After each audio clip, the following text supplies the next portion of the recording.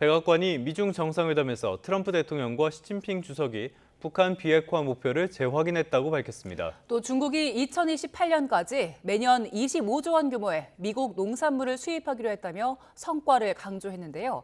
워싱턴 연결해 보겠습니다. 홍상희 특파원, 미중 정상이 북한 비핵화라는 공동 목표를 재확인했다는 내용이 나왔네요. 네, 백악관은 2시간쯤 전에 트럼프 대통령이 중국과 역사적 합의를 체결했다는 제목의 미중 정상회담 결과 팩트시트를 발표했습니다. 트럼프 대통령과 시진핑 중국 국가주석이 북한을 비핵화한다는 공동 목표를 확인했다고 설명했습니다. 미중 정상회담에 동행했던 제이미슨 그리어 미 무역대표부 대표도 ABC 방송과의 인터뷰에서 미중 정상이 한반도 비핵화 목표를 유지하는 데 동의했다고 말했는데요. 시진핑 주석도 북한이 핵 보유국으로 인정받는 걸 용납하지 않겠다는 입장을 밝혔다는 것으로 풀이됩니다. 앞서 트럼프 대통령은 귀국 전용기에서 시진핑 주석과 북한 관련 논의를 했다고 말했지만 이 구체적인 내용은 밝히지 않았는데 그날 발언 들어보시겠습니다. I have a very good relationship with Kim Jong-un. It's been pretty quiet. 미중 양국 정상이 북한 비핵화 목표에 동의했다는 사실이 오늘 팩트시트를 통해 처음으로 알려진 겁니다. 시진핑 주석이 한반도 비핵화 목표에는 동의했지만 이 북한의 탄도미사일 발사에 대한 지금까지 안보리 제재에 대해서는 동의하지 않았기 때문에 북한에 대한 압박에 앞으로 나설 가능성은 크지 않아 보입니다. 네, 또 하나 트럼프 대통령이 이번 방중에서 공을 들인 부분인데요. 농축산물 수출에 많은 신경을 쓴 것 같은데 관련 합의 내용도 공개를 했죠. 네, 백악관은 중국이 오는 2028년까지 연간 25조 5천억 원 규모의 미국 농산물을 구매하기로 했다고 밝혔습니다. 또 중국이 미국 소고기 시설 400여 곳에 수출 허가를 갱신하고 가금류 수입도 재개하기로 했다고 설명했습니다. 백악관은 양국 정상이 전략적 안정의 건설적 관계를 구축해야 한다는 데 동의했다면서 미국의 노동자와 농민, 산업을 위한 성과를 확보했다고 평가했는데요.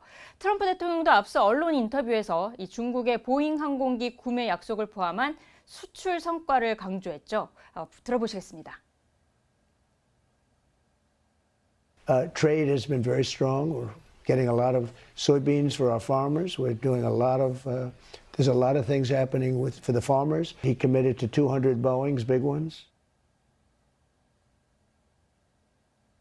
하지만 기대했던 보잉 항공기 500대 수출엔 못 미쳤고 히토류 등 핵심 광물의 공급망 부족과 관련해서도 중국이 미국의 우려를 다룰 것이라는 표현에 그쳤습니다. 히토류 생산과 가공 장비, 기술의 판매 금지와 관련해서도 중국이 미국의 우려사항을 다룰 것이라고만 밝혔습니다. 백악관은 또 미중 양국이 민감하지 않은 품목의 교역을 다루는 무역위원회와 투자위원회 설립에 합의했다고 덧붙였습니다. 네, 이란 전쟁에 대한 논의 결과도 나왔습니까? 네, 백악관은 트럼프 대통령과 시진핑 국가주석이 이란이 핵무기를 가질 수 없다는 데 동의했다고 설명했습니다. 또 호르무즈 해협 통행용 부과가 허용될 수 없다는 데도 뜻을 모았다고 전했습니다. 제이미슨 그리어 미 무역대표부 대표는 트럼프 대통령이 시진핑 주석에게 호르무즈 해협 개방을 위한 조치를 요청하지는 않았다고 말했는데요. 중국이 이란에 지원을 하지 않도록 하는데 트럼프 대통령이 집중했고 그에 대한 약속을 확인했다고 강조했습니다. 트럼프 대통령은 오늘 이란을 향해 시간이 얼마 없다면서 서둘러 움직이는 게 좋을 거고 그렇지 않으면 아무것도 남지 않게 될 거라고 경고했습니다. 그리어 대표는 타이완에 대한 무기 판매에 대해서도 언급을 했는데 트럼프 대통령이 여전히 접근 방법을 고민하고 있다고 전했습니다. 그러나 가장 중요한 건 타이완 해협에서 현상 변경이 없어야 한다는 점이라면서 미국의 타이완 정책에는 변화가 없다고 강조했습니다. 지금까지 워싱턴에서 전해드렸습니다. 네, 이 와중에 아랍에미리트에 있는 원자력 발전소가 드론 공격을 받았습니다. 현지에서 일하는 한국인 직원을 포함해 인명피해는 없었고요. 원전 안전에도 이상이 없었지만 누가 공격했는지는 아직 밝혀지지 않았습니다. 아랍에미리트 두바이에서 양희력 특파원이 보도합니다. 드론 공격을 받은 곳은 아랍에미리트의 바라카 원자력 발전소입니다. 현지 시각으로 17일 오후 2시쯤 아부다비 공보국이 소셜미디어를 통해 밝힌 내용입니다. 이로 인해 전기 발전기에서 화재가 발생했는데 부상자는 보고되지 않았고 방사선 안전 수준에도 영향이 없다고 전했습니다. 연방원자력규제청 역시 이번 화재가 필수 시스템에 영향을 미치지 않았으며 정상 운영되고 있는 것을 확인했습니다. 현지에서 일하는 한국전력 등 한국 기업 직원들도 피해가 없는 것으로 파악됐습니다. 국제원자력기구 IAEA는 상황을 면밀하게 주시하고 있으며 아랍에미리트 당국과 연락을 유지하면서 필요하면 지원할 준비가 되어 있다고 말했습니다. 바라카 원전은 한전이 자체 기술로 개발한 차세대 원전 모델을 수출해 건설한 중동 최초의 상업용 원자력 발전소입니다. 2024년 4월 4개 호기가 전면 가동되면서 현재 UAE 전체 전력 수요의 25%를 생산하고 있습니다. 아랍에미리트의 서쪽 해안에 있는 곳으로 수도 아부다비에서 250km 넘게 떨어져 있습니다. AP통신은 이번 공격에 대해 이란 전쟁 발발 이후 바라카 원전이 표적이 된 첫 사례라고 전했습니다. 지난 4월 미국과 이란이 휴전에 합의한 이후에도 아랍에미리트는 드론 공격을 받아왔습니다. 불과 10여일 전 아랍에미리트는 이란이 푸자이라 항구에 미사일과 드론 공격을 퍼부었다고 맹비난했습니다. 반대로 이란은 지난달 초 아랍에미리트가 이란 본토 시설을 공격한 사실이 뒤늦게 알려지면서 강도 높은 비판을 이어가고 있습니다. 이란 국영TV에선 뉴스 진행 도중 아랍에미리트 국기를 향해 총까지 발사했습니다. آماده‌ام. تشکیل خط نشانه بله. با نام- بذار پرچم امارات رو بگیرم. احسنت خب. تشکیل خط نشانه رو بدین آها. حبس نفس آتش. با نام و یاد الله آتش یا الله. 만약 휴전이 깨지고 다시 전쟁이 발발할 경우 아랍에미리트는 이란의 타격 1순위로 꼽힙니다. 이번 드론 공격이 자칫 위태롭게 이어지고 있는 휴전을 깨뜨리는 도화선이 되진 않을지 중동 전역에 긴장감이 감돌고 있습니다. 아랍에미리트 두바이에서 YTN 양일혁입니다. 이재명 대통령이 어젯밤에 트럼프 대통령과 통화했습니다. 미중 정상회담 결과를 공유하고 한반도 평화와 관세 협상 후속 조치 등 주요 현안을 논의했습니다. 박기원 기자의 보도입니다. 지난해 10월 경주에서 열린 한미 정상회담 이후 7개월 만에 이재명 대통령과 트럼프 미국 대통령이 직접 소통했습니다. 우리 시각으로 어젯밤 10시부터 30분 동안 양국 정상 간 통화가 이뤄졌습니다. 최근 미중 정상회담 결과를 듣기 위해 우리 정부가 요청한 통화에서 이 대통령은 9년 만에 이뤄진 트럼프 대통령의 국빈 방중을 축하했습니다. 이어 미중 관계의 안정적인 관리가 전 세계의 평화와 번영에 기여할 것이라고 강조했습니다. 트럼프 대통령도 미중 관계 전반과 경제 무역 합의, 한반도와 중동 정세 논의 등 미중 정상회담 결과를 이 대통령에게 설명하며 화답했습니다. 앞서 현지 시각으로 15일 방중 일정을 마친 트럼프 대통령이 시진핑 주석과 북한 문제에 대해 의견을 나눴다고 공개한 상황. 이 대통령은 미중 정상이 한반도 문제에 대해 건설적인 협의를 한 것을 평가했습니다. 트럼프 대통령 또한 한미 정상의 긴밀한 공조를 기초로 한반도 평화와 안정을 위해 필요한 역할을 하기로 했다고 청와대는 전했습니다. 다만 북한과 한반도 문제에 대해 구체적으로 어떤 내용이 논의됐는지는 공개하지 않았습니다. 어제 통화에서 두 정상은 지난해 발표한 한미 간 통상안보 협상 결과 공동 설명자료 조인트 팩트시트도 화두로 올렸습니다. 한미동맹을 새로운 차원으로 격상한 역사적 합의라는 점을 상기하고 충실한 이행을 위해 노력하기로 했습니다. 이 대통령은 이와 함께 중동 상황 해결을 위한 트럼프 대통령의 적극적인 리더십을 평가하며 중동의 평화 안정이 조속히 회복되기를 희망한다는 뜻을 전했다고 청와대는 설명했습니다. YTN 박견입니다.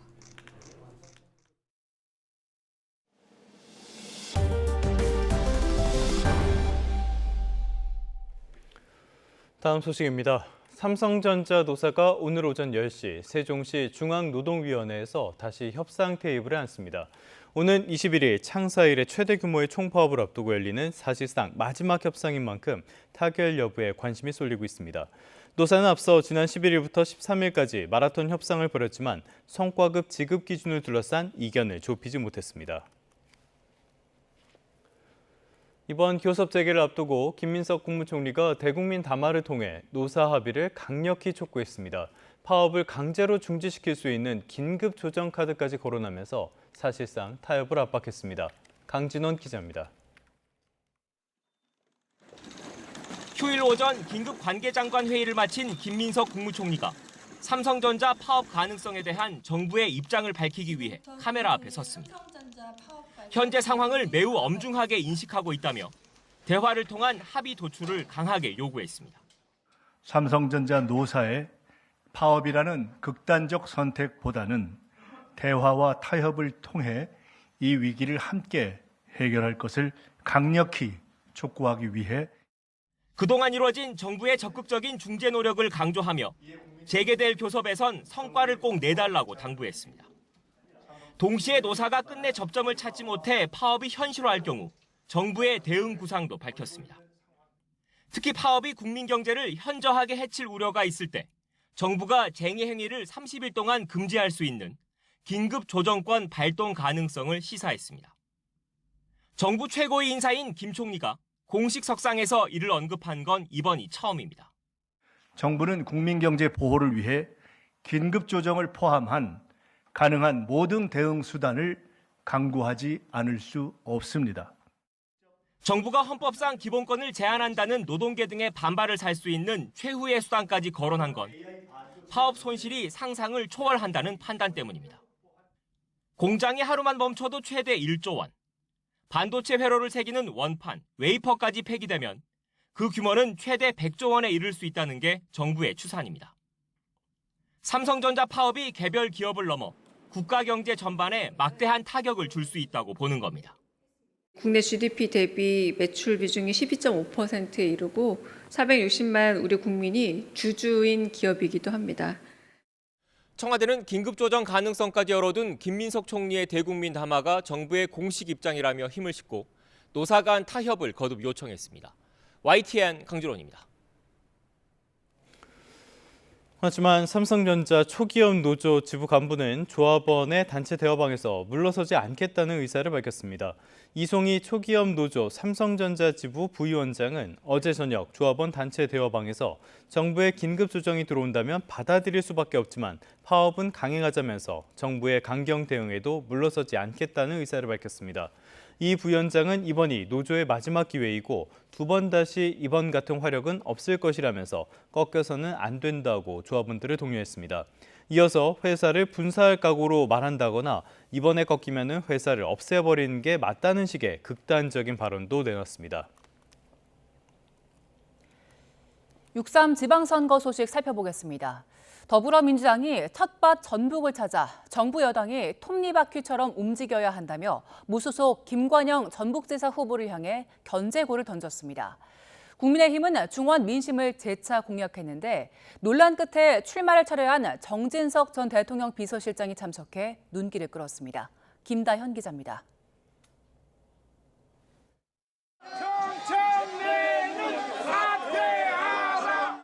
김관영 전북지사 제명 후폭풍을 온몸으로 느끼면서 민주당 정청래 대표는 전북도당 선대위 발대식에 참석했습니다. 정 대표는 경선 결과에 불복해 단식까지 했던 안호영 의원 손을 잡고 원팀 정신으로 이원택 후보에게 힘을 모으자고 외쳤습니다. 이원택 후보는 민주당을 위한 민주당에 의한 민주당의 후보입니다. 똘똘 뭉치자는 지도부 호소에도 현장 분위기가 마냥 호의적이지는 않았는데 안 의원은 이런 뼈 있는 말도 남겼습니다. 많은 도민들께서도 여전히 아쉬움과 또 비판의 목소리를 갖고 계신 분들도 있다고 생각합니다. 정 대표 테러 모의 의혹까지 불거질 만큼 당 균열상이 위험 수위를 넘나드는 모습입니다. 정청래 암살단 모집 등 집단적인 테러 모의가 이루어지고 있다는 제보가 잇따라 접수되고 있습니다. 국민의힘 장동혁 대표는 또 충청을 찾아 공주 부여 청양 국회의원 보궐선거에 나선 당권파 윤용근 후보에 힘을 실었습니다. 무도한 이재명 정권과 맞서 싸울 제대로 된 투사가 필요합니다. 윤용근을 부른 것은 대한민국이 불러낸 것입니다. 장 대표는 윤어게임 논란 끝에 백의종구를 선언한 정진석 전 대통령 비서실장에게 깍듯하게 90도 인사에 눈길을 끌었는데 정 전 실장은 내란을 화두로 이재명 정부를 저격했습니다. 현직 대통령이 권력을 이용해서 자기 죄를 지우고 자기 재판을 없애는 짓, 이게 바로 내란입니다, 여러분. 진짜 내란입니다, 여러분. 송원석 원내대표는 서울 중구 성동 지역에서 민생경제 현안 간담회를 열어 바닥 민심을 파고들었습니다. 여야 지도부는 나란히 광주 5.18 기념식에 참석합니다. 민주당 정청래 대표는 공천에서 파생된 성난 호남 민심에, 국민의힘 장동혁 대표는 개헌 불발 책임론에 당혹스러운 장면에 직면할 수 있습니다. YTN 김다현입니다. 만약 오는 6월 경기 평택을 재선거에서 조국혁신당 조국 대표가 당선된다면 초선일까요, 재선일까요? 선수 규정은 국회법에도 없어서 추후 유권 해석이 필요한데 이번 6.3 선거에서 쓰일 수 있는 헌정사의 첫 기록을 조은지 기자가 살펴봤습니다. 조국혁신당 조국 대표는 2년 전 총선에서 비례대표 2번으로 생애 처음 국회의원에 당선됐습니다. 하지만 반년 뒤 자녀 입시 비리 등의 혐의로 대법원에서 징역 2년 실형이 확정돼 의원직이 박탈됐고 5년간 피선거권도 잃었습니다. 조 대표 의석은 혁신당 비례대표 13번 백선희 서울신학대 교수가 승계받았습니다. 느닷없는 비상계엄과 탄핵, 대통령 파면이라는 정치적 격동기 속에 조국 대표는 이재명 정부 출범 2달 만에 특별 사면 복권됐습니다. 이재명 정부는 반드시 성공해야 합니다. 미력이 남아 저는 힘을 못하겠습니다. 민주진보 진영은 더욱 단결하고 더욱 연대해야 합니다. 곧장 혁신당 수장에 복귀한 조 대표는 6월 경기 평택을 재선거에 도전장을 던졌고 민주당 적자를 자처하며 새몰이에 한창입니다. 16일 뒤 선거에서 만약 조 대표가 당선된다면 초선일까 재선일까?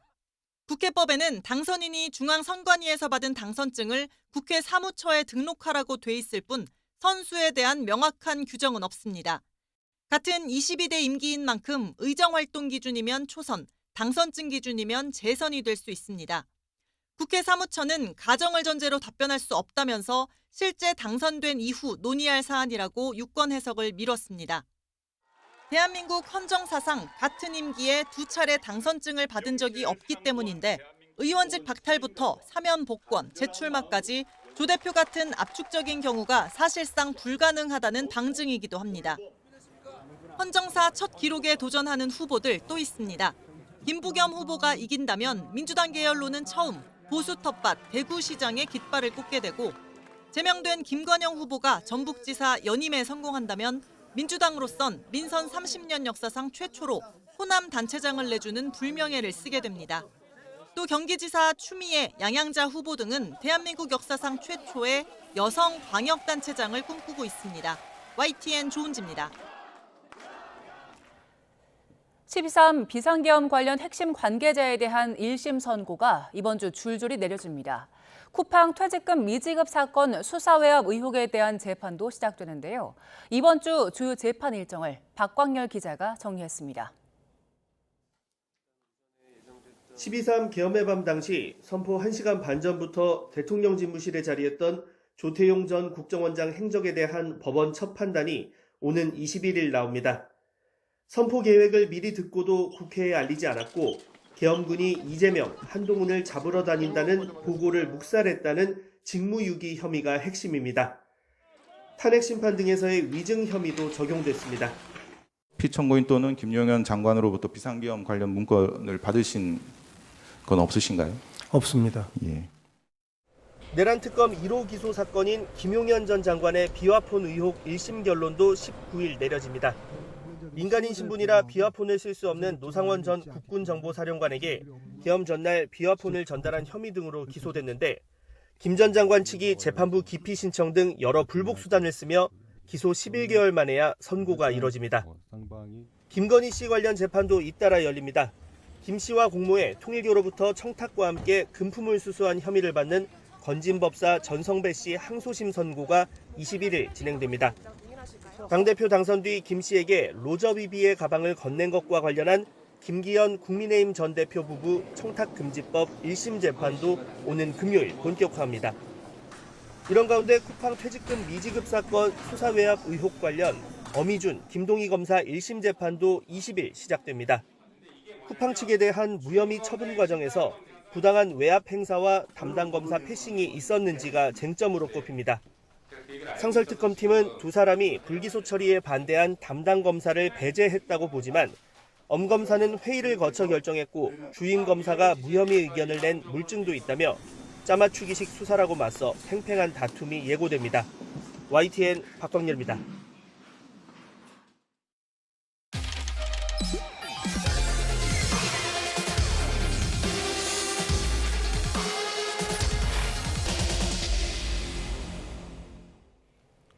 네, 이번엔 저희 기획보도 전해드리겠습니다. YTN은 인공지능 도입에 따른 법조계의 영향을 살펴보는 기획을 준비했습니다. 첫 순서로는 이 인공지능이 얼마나 법률 시장에 큰 충격을 가져올 수 있는지를 보여드리려고 합니다. 비전문가가 인공지능만을 이용해서 법률 전문가인 변호사를 상대로 한 민형사 분쟁을 모두 이긴 사례인데요. 이준엽 기자가 보도합니다. 변호사 A씨를 선임했던 박장호 씨는 의견서 작성을 놓고 마찰을 빚다 결국 계약을 해지했습니다. 그런데 해임 직후 생각지도 못한 소송전이 시작됐습니다. 소속 법무법인이 미지급 수임료 510만 원을 더 내라며 민사소송을 냈고 A 변호사는 박 씨의 항의 방식이 협박이라며 형사 고소했습니다. 나는 이제 사건을 빨리 해결하려고 갔는데 오히려 이 변호사 때문에 사건이 2개가 더 늘어났네 하면서 엄청난 그 배신감과 억울함이 들었습니다. 같은 변호사를 상대로 하는 소송은 부담스럽다며 변호사 수임을 거절당하길 2차례 박 씨는 나홀로 소송에 나섰습니다. 그런데 뜻밖에도 결과는 박 씨의 완승이었습니다. 경찰에서 사건을 혐의 없음 불송치 처분하고 민사소송에서도 박 씨가 최종 승소했습니다. 박 씨가 활용한 무기는 인공지능이었습니다. 인공지능은 복잡한 고소장 분석부터 법리 검토, 각종 서면 작성까지 소송의 모든 과정을 밀착 보좌했습니다. 소장을 입력하기만 하면 실시간으로 맞춤형 대응 전략을 뽑아냈습니다. 백미는 상대의 허점을 찾아낸 순간이었습니다. 인공지능은 변호사 A씨가 작성했던 의견서에서 날짜가 잘못 기재된 녹취록을 찾아냈고 계약서의 날짜와 서명 누락까지 포착했습니다. 법률가도 놓친 실수를 인공지능이 잡아낸 겁니다. 이런 법률 해결하는 데 있어서 뭔가 이제 절대 없어서는 안 될 존재인 줄 알았었는데 이제 그게 아닌가 보다. 나조차도 이렇게 변호사를 상대로 이겼네? 라는 되게 신기함이 들었어요. 비록 소액 사건이지만 법률 전문가인 변호사를 상대로 비전문가가 인공지능을 활용해 승소한 사실이 확인된 건 이번이 처음입니다. YTN 이준엽입니다. 장애인 채용 공고와 온라인 만남에 속아서 캄보디아에 감금됐던 한국인 2명이 경찰에 구출됐습니다. 경찰은 채용 공고를 작성하고 유포한 브로커에 대한 수사를 이어나갈 방침입니다. 사건 사고 소식 최승훈 기자입니다. 어지러진 호텔 방 안으로 경찰들이 들이닥치고 뒤이어 방 안 곳곳을 수색합니다. 경찰이 현지 경찰과의 공조로 캄보디아 시아누크빌에 감금된 30대 남성 A씨를 구출하는 모습입니다. 장애를 앓고 있었던 A씨는 장애인 대상 특별 채용 공고를 보고 캄보디아로 출국한 것으로 조사됐습니다. 또 온라인 만남에 속아 캄보디아 프놈펜으로 출국했던 20대 여성 B씨도 함께 구조됐습니다. 경찰은 채용 공고를 작성하고 A씨를 캄보디아에 보낸 브로커에 대한 수사를 이어나갈 방침입니다. 주말 수도권 곳곳에서 화재도 잇따랐습니다. 새벽 5시 10분쯤 서울 영등포동에 있는 여인숙에서 불이 나 1시간 만에 꺼졌습니다. 이 불로 여인숙 손님 12명이 스스로 대피했고 이 중 2명이 연기를 흡입해 치료를 받았습니다. 오전 8시 20분쯤에는 경기 남양시 수동면에 있는 가구 보관 창고에서 불이 나 2시간 만에 꺼졌습니다. 이 불로 다친 사람은 없었지만 공장 2개 동이 모두 탔습니다. 소방당국은 공장 안에서 불이 시작됐다는 목격자의 신고를 토대로 정확한 화재 원인을 조사하고 있습니다. YTN 최승훈입니다. 북한의 내 고향 여자 축구단이 아시아 챔피언스 리그 경기를 위해서 우리나라에 들어왔습니다. 북한 선수로는 8년 만에 방남인데요. 같은 정장 차림의 선수들은 1분여 만에 공항을 신속하게 빠져나갔습니다. 양시창 기자입니다. 북한 내 고향 여자 축구단 선수들이 입국장에 모습을 드러냅니다. 모두 흰 블라우스에 남색 정장, 구두까지 맞춰 신었습니다. 국내외 취재진 100여 명이 몰려 다소 긴장한 탓인지 환영 인파의 환호에도 특별한 언급 없이 빠르게 공항을 빠져나갔습니다. 내 고향 축구단 팀이 방문한 건 오는 20일 수원FC 위민과의 아시아 여자 챔피언스 리그 준결승을 치르기 위해서입니다. 지난 2018년 탁구 월드투어 이후 8년 만에 북한 선수단 방문. 이번엔 평양국제축구학교 교장 출신인 현철인 단장을 비롯해 선수단과 코치진 등 모두 39명으로 구성됐습니다. 선수들은 수원FC 위민 선수단이 사용하는 수원 시내 한 호텔에 짐을 풀었습니다. 이곳에서 머물면서 일반인 출입이 통제된 별도 훈련장에서 준결승 준비에 들어갑니다. 지난해 펼쳐진 두 팀의 맞대결에서는 내 고향 축구단이 수원FC 위민의 3대0 완승을 거뒀습니다. 강력한 우승 후보로 꼽히는 내 고향 축구단의 공격력을 수원FC 위민이 어떻게 막아낼지가 이번 준결승전의 관전 포인트입니다. 체육이라도 서로가 교류가 될 수 있는 그런 기회가 됐으면 싶고 내 편, 네 편 두지 않고 관전하고 싶은 그런 마음이에요. 두 팀의 승자는 오는 23일 호주 멜버른 시티, 일본 도쿄 베르디의 경기 승자와 우승컵을 놓고 격돌합니다. YTN 양시창입니다. 5월 18일 월요일 오늘의 주요 일정 살펴보겠습니다. 국민 10명 중 7명에게 1인당 최대 25만 원을 주는 2차 고유가 피해지원금 신청이 오늘부터 시작됩니다. 지급 대상은 건강보험료를 기준으로 선별된 소득 하위 70%, 약 3,600만 명이며 맞벌이 가구에는 외벌이보다 완화된 기준이 적용됩니다. 정부가 주관하는 제46주년 5.18 민주화운동 기념식이 오늘 광주 동구 5.18 민주광장에서 거행됩니다. 5월 다시 광장을 품다를 주제로 열리는 기념식에는 5.18 민주유공자와 유족, 정부 인사 등 3,000여 명이 참석합니다. 합동참모본부는 오늘부터 22일까지 합참 주도의 한국군 단독 지휘소 연습인 태극 연습을 실시합니다. 합참은 이번 연습을 통해서 북한의 다양한 위협에 대한 우리 군의 위기관리 대응 능력을 한층 강화할 계획입니다. 지금까지 오늘의 주요 일정이었습니다. 네, 치매 예방과 영양 관리까지 한 번에 받을 수 있는 통합 건강 프로그램이 경기 화성시 경로당 곳곳에서 운영되고 있다고 합니다. 최기성 기자입니다. 틀린 그림 찾기입니다. 숫자, 모양, 색깔. 이걸 다른 곳을 어르신 10여 명이 모여 치매 예방을 위한 기억력과 인지기능 강화 교육을 받고 있습니다.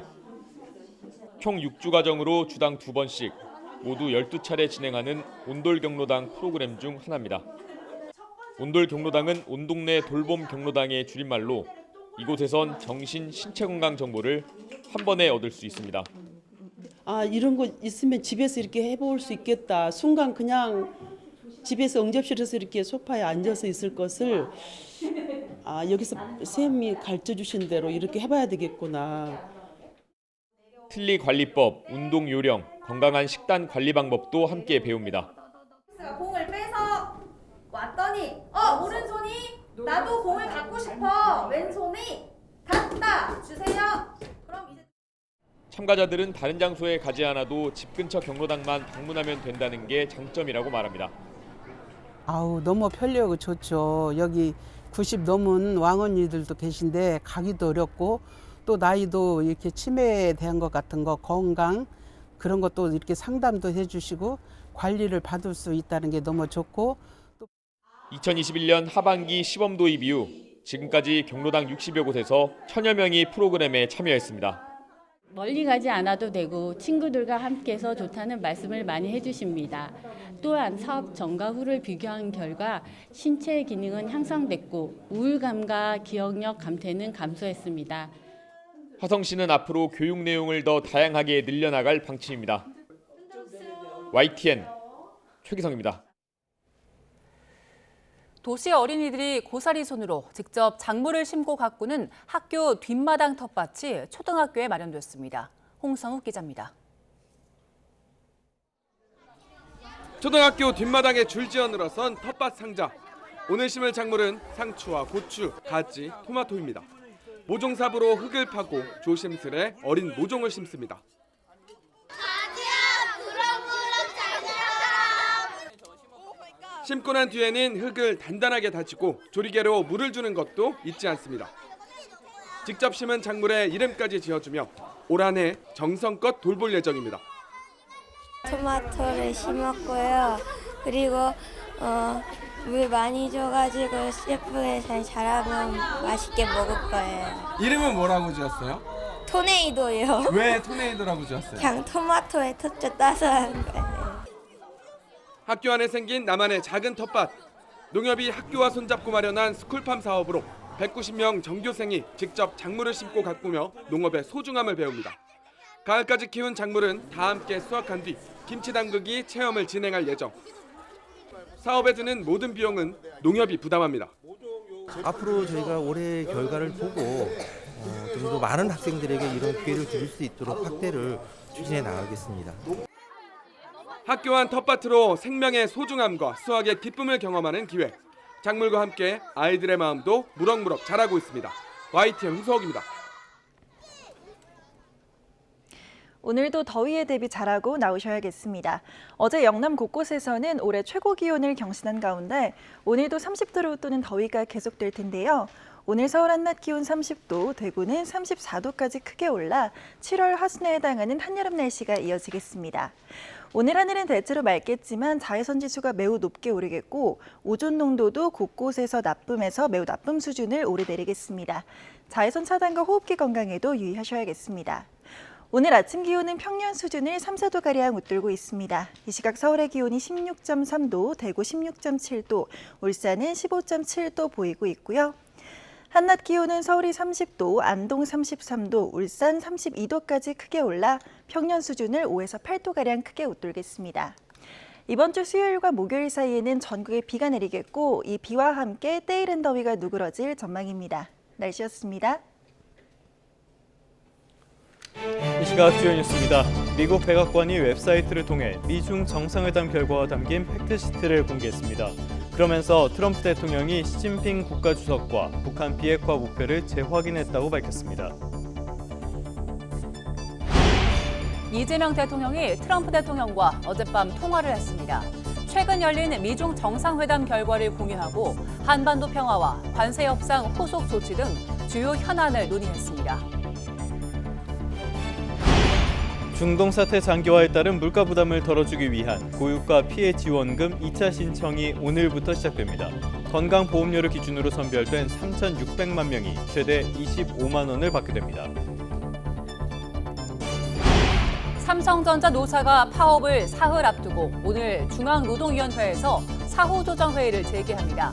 창사 이래 최대 규모 총파업을 앞두고 열리는 사실상 마지막 담판이 될 걸로 보입니다. 제46주년 5.18 민주화운동 기념식이 오늘 광주 동구 5.18 민주광장에서 열립니다. 1980년 당시 모습으로 복원된 옛 전남도청 앞에서 열리며 역대 최대 규모가 될 전망입니다. 네, 다시 주요 뉴스부터 살펴보겠습니다. 미국 먼저 가보겠습니다. 백악관은 트럼프 대통령이 시진핑 중국 국가주석과의 정상회담에서 북한 비핵화 목표를 재확인했다고 밝혔습니다. 백악관은 웹사이트에 올린 미중 정상회담 결과 팩트시트에서 양국 정상이 북한을 비핵화한다는 공유된 목표를 확인했다고 설명했습니다. 앞서 제이미슨 그리어 미 무역대표부 대표도 ABC 방송과의 인터뷰에서 회담 성과에 대해 트럼프 대통령과 시진핑 주석이 한반도 비핵화 목표 유지에 동의했다고 답했습니다. 또 두 정상은 호르무즈 해협이 통행료 없이 개방되고 깨끗해져야 한다는 점에 동의했다고도 덧붙였습니다. 백악관은 미중 정상회담의 결과물을 담은 팩트시트를 발표하고 중국이 오는 2028년까지 연간 최소 170억 달러, 25조 5천억 규모의 미국 농산물을 구매하기로 했다고 발표했습니다. 백악관은 양국 간 무역위원회와 투자위원회 설립도 합의했다고 설명했습니다. 또 중국이 400개 이상의 미국 쇠고기 시설과 관련해 수출 허가를 갱신하고 모든 제한 조치 해제를 위해 미 규제 당국과 협력할 거라고 밝혔습니다. 이어 중국은 미 보잉 항공기 200대를 구매하고 고병환성 조류 인플루엔자 청정 지역으로 판정된 미국 주에서 가금류 수입도 재개한다고 덧붙였습니다. 트럼프 대통령의 중국 방문에 동행한 미국 측 관계자들이 귀국 전에 중국에서 제공한 물품을 전량 폐기한 것으로 전해졌습니다. 뉴욕포스트 소속 백악관 출입 기자인 에밀리 구디는 SNS에 올린 글에서 미국 측 직원들은 출입증과 임시 휴대전화, 대표단용 배지 등 중국 측이 배부한 모든 것을 수거해 에어포스 1에 탑승하기 전 계단 아래 쓰레기통에 버렸다고 전했습니다. 구딘 기자는 기내에는 중국에서 온 어떤 물건도 허용되지 않았다고 덧붙였는데요. 이거는 중국 측의 해킹이나 도청 등을 방지하기 위한 보안 절차로 풀이됩니다. 트럼프 대통령과 베냐민 네타냐후 이스라엘 총리는 전화 통화를 갖고 이란에 대한 군사행동 재개 가능성에 대해 논의했다고 이스라엘 국영 칸TV가 보도했습니다. 칸TV는 이스라엘 고위 관리를 인용해 미국이 이란과의 전쟁을 재개할 경우 이스라엘과 공동으로 공격을 감행할 걸로 예상된다며 이같이 전했습니다. CNN 방송도 이스라엘 총리 대변인을 이용해 백악관이 이란에 대한 외교적 노력과 군사 공급 재개를 놓고 고심 중인 가운데 네타냐후 총리가 트럼프 대통령과 통화했다고 보도했습니다. 이스라엘 정부 관계자는 중국 신화통신에 네타냐후 총리가 내각회의를 소집했고 이 자리에서 이스라엘이 맞닥뜨린 여러 전선에 대한 논의가 이루어졌다고 밝혔습니다. 네, 이란이 전쟁 직후에 문을 닫았던 주식시장을 이번 주에 재개장합니다. 지난달 테헤란 공항 국제선 운항 재개에 이어 이번에는 자본시장 정상화 조치에 나선 건데요. 휴전 상황 지속 여부가 관건입니다. 신호 기자의 보도입니다. 지난주 금요일 이란 증권거래소가 자본시장 재개를 위한 최신 상황을 점검하는 회의를 열었습니다. 이란 국영통신 IRNA는 이 회의에서 대부분의 요건이 어느 정도 충족됐고 증시를 조속히 재개해야 한다는 점이 강조됨에 따라 주식 거래와 펀드 운영을 재개하기로 결정됐다고 보도했습니다. IRNA는 이번 주 중반, 로이터 통신은 19일에 이란 주식시장이 다시 열린다고 전했습니다. 이란 전쟁 발발 이후 거의 80여일 만입니다. 이란 정부의 자본시장 정상화 조치는 지난달 테헤란 국제공항의 운항 재개 조치와 같은 맥락으로 해석할 수 있습니다. 휴전 상황이 계속될 거라는 판단 속에 이란 사회가 정상화하는 모습을 국내외에 보여주려는 의도를 담고 있습니다.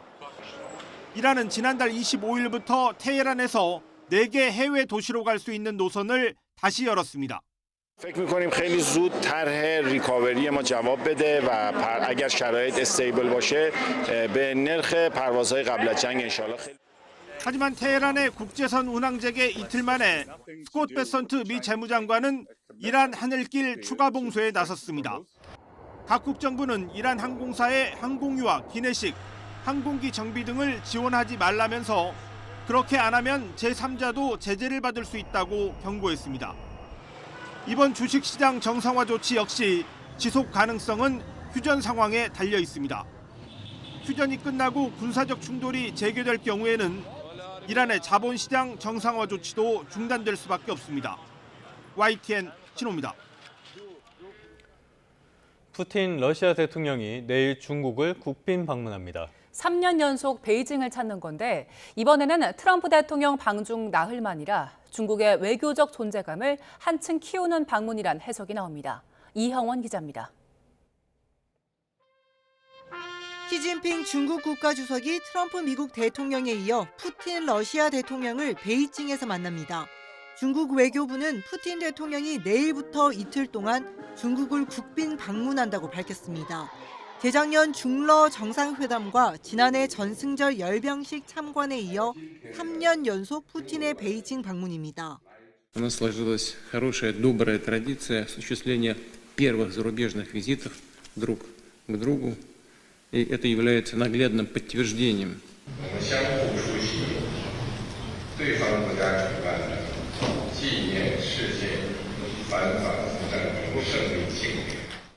이번 방문은 트럼프 대통령이 중국을 다녀간 지 나흘 만에 이뤄진다는 점에서 더 큰 의미가 있습니다. 미중 정상은 무역 질서와 타이완 문제, 이란 전쟁 종전 문제 등을 논의했지만 이렇다 할 성과를 내지 못했습니다. 러시아 입장에서는 미중 정상 논의에 대한 직접적인 정보를 듣고 미중 관계의 흐름을 가늠해볼 기회가 될 수 있습니다. 중국으로서는 미러 정상을 같은 달 잇따라 맞이하는 전례 없는 외교 무대를 연출하면서 위상을 한층 끌어올리게 됐습니다. 미국과 러시아의 얘기를 이제 들어본 다음에 이란 문제에 관해서 자신들이 어떤 태도를 취할지 결정할 것 같고요. 이런 모양새가 나오는 것만으로도 마치 이제 중국이 이제 미국 대신에 중국이 전 세계에서 큰 영향을 미치고 있구나. 저는 그런 이미지 메이킹 차원도 있다고 생각을 합니다. 트럼프와 푸틴의 연쇄적인 베이징 방문은 중국이 미국과의 경쟁 관계를 관리해 나가면서 러시아와의 밀착은 강화하는 외교적 의미가 있습니다. 세계가 주시하는 외교 무대를 만들어 존재감을 키운 만큼 정상 외교의 성과도 보여줘야 한다는 과제도 안게 됐습니다. YTN 이영훈입니다. 일본 정부가 동남아 8개 나라와 선박 감시 정보를 실시간으로 공유하는 시스템을 만들 거라는 언론 보도가 나왔습니다. 호르무즈 해협처럼 막히면 타격이 큰 바닷길 안전을 강화하기 위한 거란 이유를 댔는데 중국 견제용이란 해석도 나옵니다. 도쿄에서 이승배 특파원입니다. 일본은 살상무기 규제를 풀자마자 동남아시아를 집중 공략하고 있습니다. 다카이치 총리에 더해 고이즈미 방위상까지 발벗고 나서 직접 무기 영업을 펼치고 있습니다. 先日の日フィリピン防衛相会談において防衛装備技術協力のさらなる推進について一致し新たにワーキンググループを設置し議論を進めていくこととなりました。 단순히 무기를 파는 것을 넘어 동남아 국가들과 바닷길 정보를 공유하는 것을 추진하고 있다는 언론 보도가 나왔습니다. 말레이 반도와 인도네시아 수마트라 섬 사이에 있는 말라카 해협, 그리고 타이완과 필리핀 바탄제도 사이에 있는 바시 해협이 대표적입니다. 호르무즈 해협처럼 통과 구간 폭이 좁고 어떤 이유로든 한번 막히면 타격이 큰 주요 물자 수송로입니다. 일본이 중동에서 기름을 수입해오는 바닷길도 바로 이곳을 통과합니다. 니혼게이자 신문은 우선 일본 정부가 위성 정보 등을 모아 바다 상황을 파악하는 시스템을 만든 뒤 4년 뒤에는 동남아 8개 나라가 참여하는 것을 목표로 하고 있다고 보도했습니다. 경제 무상 원조처럼 군사 장비를 무상으로 제공해 참여를 유도하겠다는 계획도 세웠습니다. 일본은 이런 방식으로 인도네시아와 말레이시아, 필리핀에 경비정과 순시선 등을 보내왔습니다. 자유,開放性, 다양性,包摂性, 法の支配に基づく国際秩序を築くために日本として果たすべき役割を変わりなく、いいえ、今まで以上に主体的に果たしていく。 겉으로는 해상 안전 확보를 전면에 내세우고 있지만 해당 지역들은 군사적 요충지이기도 해서 결국 중국 견제 목적이라는 평가가 나옵니다. 일본 정부가 올해 7월 출범을 목표로 일본판 CIA 신설에 속도를 내며 정보력 강화에 힘쓰는 것도 비슷한 맥락이라는 분석입니다. 도쿄에서 YTN 이승배입니다.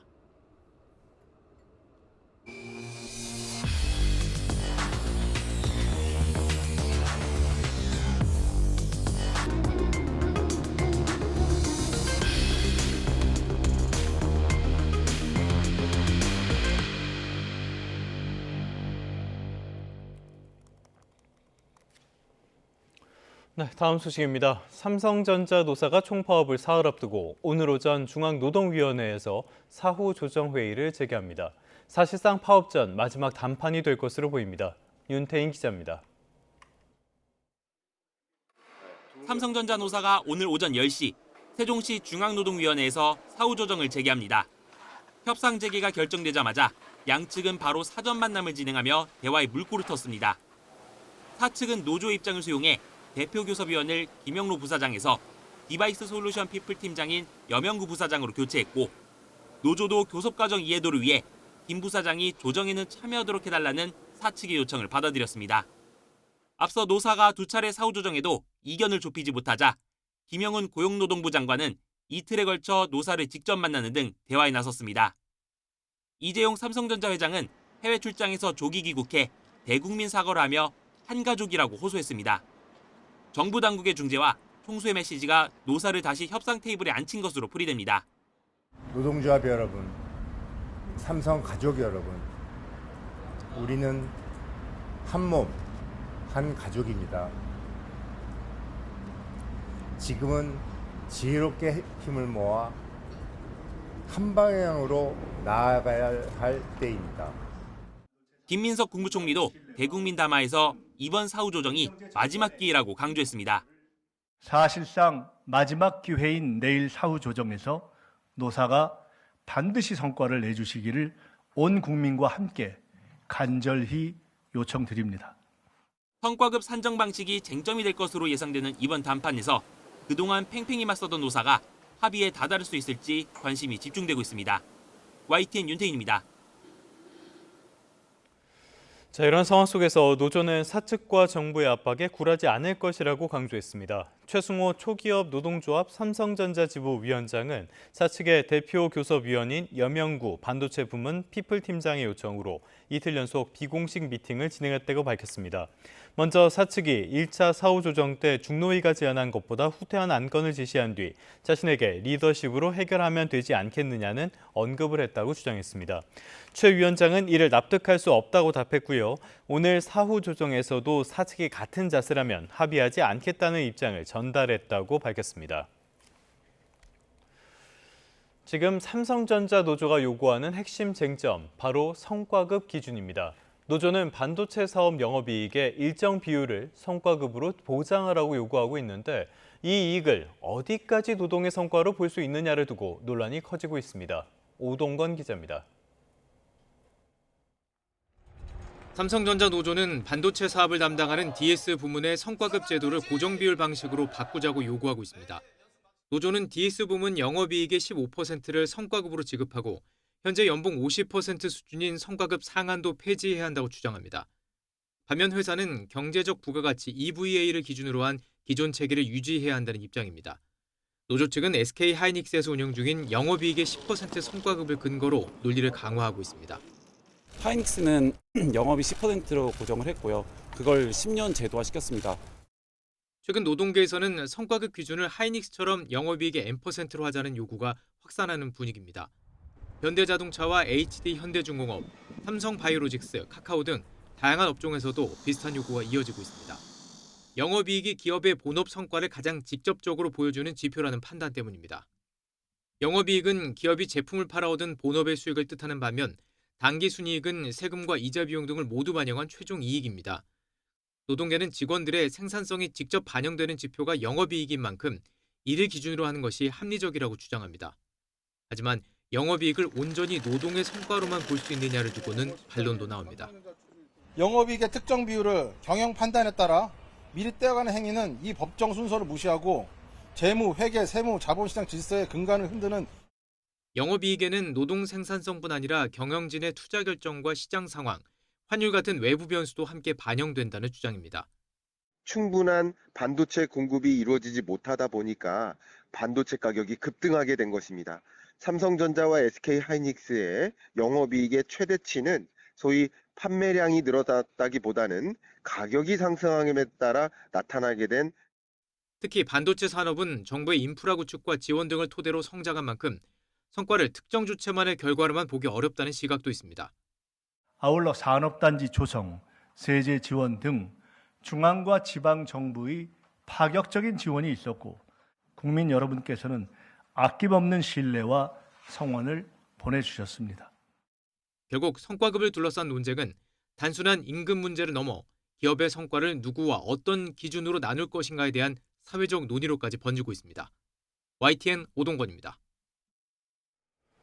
네, 이번엔 부동산 뉴스도 살펴보겠습니다. 서울 아파트 시장이 매매와 전세, 월세가 동시에 오르는 이른바 트리플 강세 조짐을 보이고 있습니다. 한국부동산원 자료를 보면 올해 서울 아파트 매매 가격은 이달 둘째 주 기준 누적 3.1% 올라 지난해 같은 기간 상승률인 1.53%의 2배 수준을 기록했습니다. 서울 아파트값 오름폭은 올해 1월 1.07%에서 다주택자 양도소득세 중과 유예 종료 방침이 나온 뒤 2월 0.74%, 3월 0.34%까지 둔화했다가 4월에는 0.55%로 다시 확대됐습니다. 주간 기준으로도 5월 둘째 주 상승률은 0.28%로 직전 3주간의 0.14에서 0.15% 수준보다 크게 높아졌습니다. 다주택자들의 주택 매도가 본격화된 지난 2월 이후에 서울에서 팔린 아파트 10채 가운데 8채는 15억 원 이하인 것으로 집계됐습니다. 국토교통부 실거래가 시스템을 보면 올해 2월부터 5월 16일까지 신고된 서울 아파트 매매 계약 81.6%가 15억 원 이하로 나타났습니다. 대출 규제로 최대 6억 원까지 대출이 가능한 15억 원 이하 아파트로 매수세가 집중됐고요. 다주택자들이 양도세 부담이 적은 비강남권 저가주택부터 매도에 나선 것도 영향을 미친 것으로 풀이됩니다. 네, 이번엔 6.3 지방선거 상황 살펴봅니다. 서울시장 양당 후보들은 GTX-A 삼성역 구간 부실 시공 논란을 두고 공수를 전환했습니다. 더불어민주당 정원호 후보는 오세훈 시정의 안전 불감증이라고 비판했고, 오 후보는 시공사 과실을 정쟁으로 이용한다고 일축했습니다. 박희재 기자의 보도입니다. 흰색 안전모를 쓴 민주당 정원호 서울시장 후보. 삼성역의 GTX-A 노선 공사 현장을 찾아 시공 오류와 관련한 상황을 직접 살폈습니다. 안에 들어가야 될 철근이 반만 들어갔으니 철근 누락을 순살 시공으로 규정하면서 오세훈 후보가 시장 시절 이를 알고도 은폐했다고도 직격했습니다. 서울시의 무책임한 안전 불감증을 그대로 드러내는 일이라고 생각합니다. 정원호 캠프 상임선대위원장인 5선 이인영 의원은 진상규명에서 나아가 법적 책임까지 물을 거라며 고공사격에 나섰습니다. 또 2006년 처음 서울시장이 된 오세훈 후보 대신 새 얼굴 정원호 후보의 힘을 싣자고 외쳤습니다. 일 잘하는 시장 대 말만 하는 시장. 오세훈 시장은 내란 세력과 함께 심판받아 마땅합니다. 31년 전 폭행 전과와 거짓 해명 논란으로 수세에 몰렸던 정 후보 측이 일종의 공수 전환에 나선 셈인데 오세훈 후보는 철근 누락 공세는 괴담이자 음해라고 일축했습니다. 서울시 안전체계 안에서 건설사가 스스로 과실을 발견하고 보강까지 마친 사안을 뒤늦게 정치 쟁점화한다는 겁니다. 건설회사의 단순 실수를 정치 쟁점화하는 정원호 후보 캠프가 이제 좀 쫓기는 모양이다. 오 후보는 무주택 청년이 집값 20%만 내면 나머지는 공공이 부담하는 서울 내 집 도입을 약속하는 등 부동산 공약에 박차를 가했습니다. 당은 거듭 폭행에 집중하는 모습인데 장동혁 대표는 접대부 나오는 술집에서 경찰을 두들겨 패고 외박 강요했냐는 간단한 질문에 답도 못한다고 지적했고, 송원석 원내대표는 폭행을 5.18 때문으로 미화시키는 게 진보의 품격이냐고 비판했습니다. 공직 후보자라면 과거의 잘못과 의혹에 대해 소상히 밝히는 것이 최소한의 도리입니다. 장외 공방전은 격화하고 있지만 정원호와 오세훈 두 후보가 나서는 TV토론회는 사전투표 전날인 오는 28일 밤 11시에 딱 한 차례 진행될 예정입니다. YTN 박희재입니다. 그동안 지방선거는 대통령과 국회의원 선거보다 상대적으로 낮은 투표율을 기록해왔는데요. 유권자의 한 표가 소중한 권리인 만큼 투표 참여를 독려하는 이색 홍보 활동이 곳곳에서 펼쳐지고 있습니다. 이상곤 기자입니다. 시민들이 탁 트인 호수공원에서 지도에 표시된 장소를 찾아다닙니다. 주변에 있는 정보를 확인하며 6.3 지방선거와 관련된 문제를 풀고 도장도 채워나갑니다. 봄 나들이를 즐기며 선거 정보와 투표의 의미를 알아가는 야외 방탈출 행사입니다. 좀 더 재밌게 다가왔고, 원래 사실 날짜를 정확하게 몰랐어요. 한 6월 6일, 6월 9일인가 했었는데 오늘부로 6월 3일인지 정확히 알아가지고 좀 더 좋은 것 같아요. 사진과 함께 행사 참여를 인증하면 선물도 받을 수 있습니다.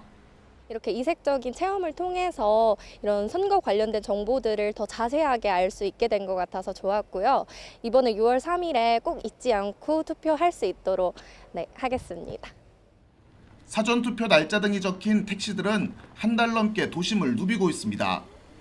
선거 날짜와 기표 모양이 새겨진 선거빵은 이번에도 출시돼 큰 호응을 얻고 있습니다. 날짜를 보시고 굉장히 인지를 빨리 해주세요. 맛있는 빵을 먹고 그거를 이제 좀 선거에 대해서 조금 더 좋게 관심을 받으셨으면 좋겠습니다. 지방선거는 동네 일꾼을 뽑는 선거지만 그동안 대선과 총선보다 투표율이 낮았습니다. 4년 전 지방선거는 51%를 넘기지 못했습니다. 단순히 선거 정보만 전달하는 딱딱한 방식에서 벗어나 유권자들이 직접 체험해보고 즐기는 생활 밀착형 홍보에 나선 이유입니다. 그 선거는 일단 그 시민분들이 느끼기에는 딱딱하게 느끼실 수 있는데 그런 참여형 콘텐츠들을 이용해서 일상 속에서 선거를 친근하게 느낄 수 있도록 저희 후보들의 공식 선거운동은 오는 21일부터 시작됩니다. 지역의 미래가 걸린 선거인 만큼 시민들의 소중한 권리 행사를 끌어내기 위한 노력이 이어지고 있습니다. YTN 이상군입니다. 다음 소식입니다. 때이른 초여름 날씨가 이어지면서 벌써 전국에서 온열 질환자가 30명 가까이 나온 것으로 집계됐습니다. 아직 5월인데 첫 사망자까지 나오면서 보건당국은 건강관리에 각별한 주의를 당부했습니다. 이현정 기자의 보도입니다. 그늘에 자리를 잡고 연신 부채질을 해봐도 땀은 쉽게 식지 않습니다. 아무리 차가운 물을 들이켜도 달궈진 도심 열기에 숨이 턱턱 막힙니다. 시원한 바람이 안 나고 더운 바람만 그래도 좀 더 낫게 붙이는 거예요. 아직 5월인데 예상보다 일찍 찾아온 여름 날씨에 시민들은 당황스럽기만 합니다. 올해가 더 더운 것 같아요. 작년 5월때는 이렇게 덥지는 않았거든요. 벌써 3주 동안 넘어가 보니까요. 질병관리청이 응급실 감시 체계를 가동한 지 단 이틀 만에 전국에서 온열 질환자 26명이 나온 것으로 집계됐습니다. 경기와 강원이 각각 6명으로 가장 많았고 서울 5명, 충북과 충남, 경북에서 각각 2명의 환자가 응급실을 찾았습니다. 본격적인 여름이 시작되기도 전에 벌써 사망자까지 발생했습니다. 감시 첫날인 지난 15일, 서울 동대문구에서 숨진 80대 남성은 올해 첫 온열 질환 사망 사례로 지난해와 비교하면 한 달 넘게 빨랐습니다. 보건당국은 고령자나 임산부, 어린이는 낮 시간대 야외 활동을 피하고 건강관리에 유의해달라고 당부했습니다. YTN 이현정입니다. 네, YTN은 우리 주변의 안타까운 자살을 막기 위해서 공동체가 나아갈 방향을 짚어보는 기획 보도도 준비했습니다. 때로는 생면부지의 타인이 건넨 말 한마디가 벼랑 끝에 선 누군가에게 새로운 삶을 시작할 용기를 주기도 합니다. 한 고등학생의 사연을 윤혜리 기자가 전해드립니다. 차가운 난간 위에 올라 세상을 등지려고 한 순간 낯선 이가 건넨 따뜻한 말 한마디가 여학생을 다시 살게 만들었습니다. 자신을 구해준 은인을 꼭 찾아 전하고 싶은 말이 있다며 제보를 보내온 학생을 YTN이 직접 만나봤습니다. 지난해 10월 고등학교 1학년이었던 A양은 학업 부담과 불투명한 미래에 대한 막막함에 무작정 마포대교를 찾았습니다. 난간에 올라가는 순간 아저씨가 저를 부르셨어요. 울 것 같은 목소리로 학생 왜 그러냐 이런 식으로 이야기하셨고 안 먹었으면 밥 먹으러 가자라고. 이 한마디는 삶을 포기하려던 학생의 발걸음을 돌려 세웠습니다. 나를 위해 생각해주는 사람들도 있다라는 생각이 들었어요. 현장에 출동한 경찰에 인계된 A양은 당시 경황이 없어 감사 인사도 전하지 못했습니다. SNS에 글을 올려 수소문한 지 5개월째 이름도 나이도 모르는 은인을 찾기란 쉽지 않았습니다. YTN에 사연까지 보내며 끝까지 포기하지 않았던 건 꼭 전하고 싶은 말이 있었기 때문입니다. 그 이후 저는 조금씩 다시 삶을 붙잡아 보기로 했고 지금은 경찰이라는 꿈을 가지고 새로운 도전을 하고 있습니다. 그 꿈 역시 그날 아저씨의 말이 없었다면 시작되지 못했을지도 모릅니다. 취재진은 당시 출동했던 지구대의 협조를 얻어 어렵게 남성과 연락이 닿았습니다. 현재 군인 신분인 남성은 학생과 만나는 대신 응원의 메시지를 전해왔습니다. 일면식도 없는 사람의 말을 듣고 도움의 손길을 잡아준 학생에게 오히려 감사하다며 어렵고 힘들 때 힘들다고 말할 수 있는 용기를 가지길 바란다고 전했습니다. YTN 윤혜리입니다. 트럼프 대통령과 네타냐후 총리 그리고 푸틴 대통령의 이름이 뜻밖의 자리에서 언급됐습니다. 바로 칸 영화제 기자회견 석상이었습니다. 세계적인 영화배우 하비에르 바르뎀이 이 세 사람의 해로운 남성성이 전쟁을 일으키고 수많은 사람의 목숨을 앗아갔다며 비판했는데요. 이경아 기자의 보도입니다. 스페인 출신의 세계적인 영화배우 하비에르 바르뎀이 신작 영화와 함께 칸 영화제를 찾았습니다. 독선적 성격의 영화 감독을 연기해 찬사를 받은 바르뎀은 기자회견 도중 익숙한 이름들을 호명했습니다. And that problem also goes to Mr. Trump, Mr. Putin, Mr. Netanyahu. And I'm gonna bomb the shit out of you. It's a male toxic behavior that is creating thousands of dead people. 자신이 출연한 영화 내용과 연결해 세 사람을 비판한 바르뎀은 가자 전쟁에 대해서도 소신을 밝혔습니다. Gaza, for example, coming again into that, it has been committed and is still being committed. Genocide is a fact. 바르뎀은 세계 영화인 중 가자 전쟁에 적극적으로 목소리를 내온 인사로 꼽힙니다. 지난해 9월 이스라엘의 가자지구 공격을 집단 학살이라고 규탄하며 여기 연루된 이스라엘 영화기관과는 일하지 않겠다고 선언했습니다.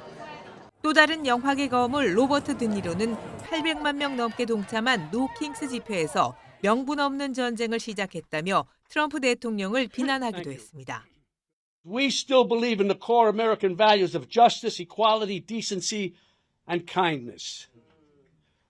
Because we're going from the streets to the ballot box, and because we all deserve a country with no kings, no Trump. 전 세계인이 주목하는 무대에서 대중문학의 인사들이 내놓는 발언은 막강한 파급력을 갖게 됩니다. 휴전이 무색하고 종전은 기약 없는 상황. 반전 메시지가 이어진 지난 3월 미국 아카데미 시상식과 같은 풍경이 칸에서도 펼쳐질지 주목됩니다. YTN 이경아입니다.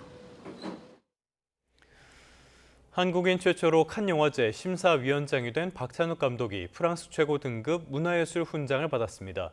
프랑스 까트린 페가르 문화장관은 박 감독에게 고망데르 훈장을 수여했습니다. 이 고망데르 훈장은 프랑스 정부의 문화예술 공로 훈장 가운데 가장 높은 등급입니다. 한국인으로는 2002년 김종옥 당시 한국문화예술진흥원장, 2011년 지휘자 정명훈, 지난해 소프라노 조수미에 이어서 박 감독이 4번째로 받게 됐습니다.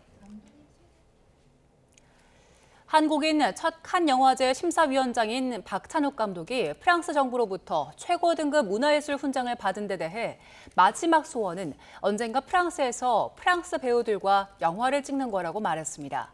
박 감독은 현지 시각으로 17일 프랑스 칸에서 열린 훈장 수여 행사에서 어렸을 때 가장 큰 영향을 받은 건 프랑스 영화였다면서 수훈 소감을 밝혔습니다.